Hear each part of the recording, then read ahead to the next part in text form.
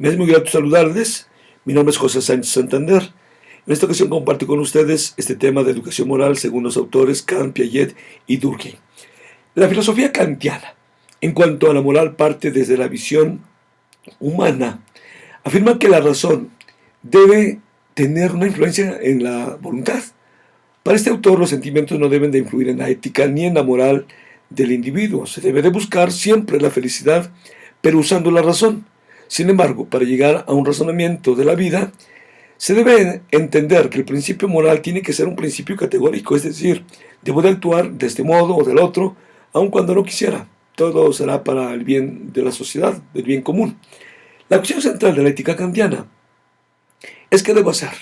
Por eso los imperativos actúan como mandatos. Estos imperativos se expresan por medio de un deber ser o por una ley objetiva de la razón, donde la voluntad de cualquier ser racional se ve sujeta a un acotamiento para poder llevar a cabo tal ley. Kant presenta el buen obrar autónomo como respeto a la ley moral interior y como acto de juicio cognitivo. Resolver el problema de las inclinaciones, impulsos, sentimientos y emociones que son mecanismos de la naturaleza. Sin embargo, deja sin resolver la forma de alcanzar dicha autonomía moral y qué rol juega la intersubjetividad. Por su parte, Piaget, como sucesor de Kant, fusiona los elementos del racionalismo, empirismo, las formas de intuición y las categorías cognitivas, pero abordándolas desde edades tempranas del individuo y bajo la disciplina de la epistemología evolutiva. Piaget toma las estructuras cognitivas de Kant.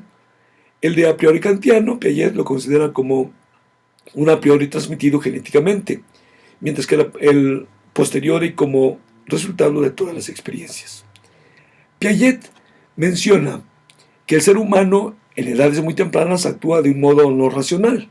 El egocentrismo infantil está implicado en todo su actuar y esto hace que tenga una conducta poco social, según Piaget. Existen dos conductas sociales, la obligatoria y la de cooperación. En la primera existe el respeto por el individuo, más bien por su autoridad. La segunda es un intercambio entre iguales y es la única que puede socializar al individuo. Piaget explicó que estos tipos de relación promueven la moralidad heterónoma y la moralidad autónoma. Él mismo advirtió que el infante pasa por determinadas evoluciones, niveles o estadios evolutivos en los que el individuo va alcanzando su madurez moral, en la medida que integra lo cognitivo con la interacción social y la experiencia de la reciprocidad. El adulto es una autoridad que da órdenes e impone sanciones, como lo podemos ver en este gráfico que les presento. Impone sanciones o recompensas. Esta actitud promueve una moral heterónoma o de acatamiento a la autoridad, basada en el respeto de los niños hacia el adulto y en el cumplimiento de normas que son externas a su conciencia. Asimismo, por otra parte, encontramos que la moral autónoma es la que alcanza al ser humano cuando pasa a la cooperación, y lo vemos en este tercer gráfico, que se logra mediante la disminución gradual de la vigilancia de que son objeto los individuos. En esta moral autónoma, el niño y la niña, según Piaget, han hecho suyas las normas, las han interiorizado y han adquirido conciencia de estas. Estos dos tipos de moral se suceden evolutivamente, pero sin que se trate de etapas en sentido estricto. Las dos formas de moralidad pueden coexistir en distintas etapas de la vida. De hecho, los propios adultos somos, de un modo, en muchas ocasiones, heterónomos, acatando leyes u obedeciendo mandatos que consideramos injustos, ya sea por evitar el castigo, la confrontación con los superiores o por mera conformidad. Este autor y el sistema filosófico de Kant representan las más importantes teorías del conocimiento.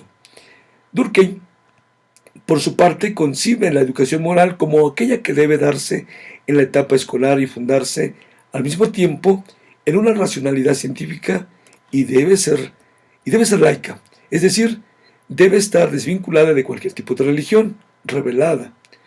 Tal educación debe contribuir a la cohesión social y evitar cualquier tipo de anomia o debilitamiento de la estructura social, es decir, evitar la disfuncionalidad de las instituciones. Durkheim hace de la heteronomía el eje de la moralidad.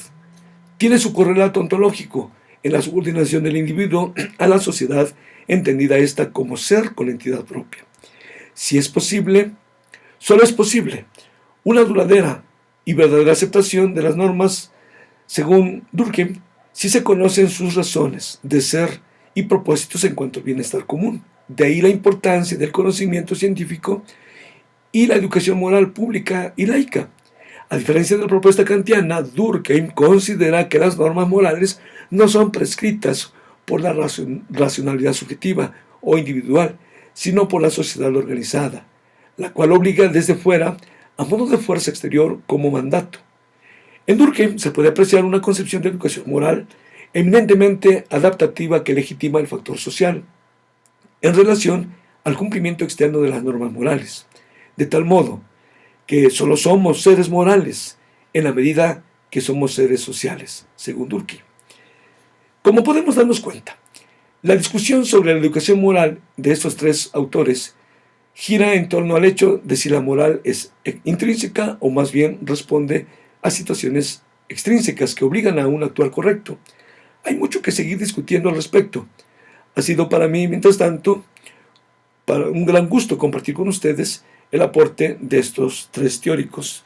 Y bueno, aquí les comparto también las referencias en las cuales apoyo esta breve exposición.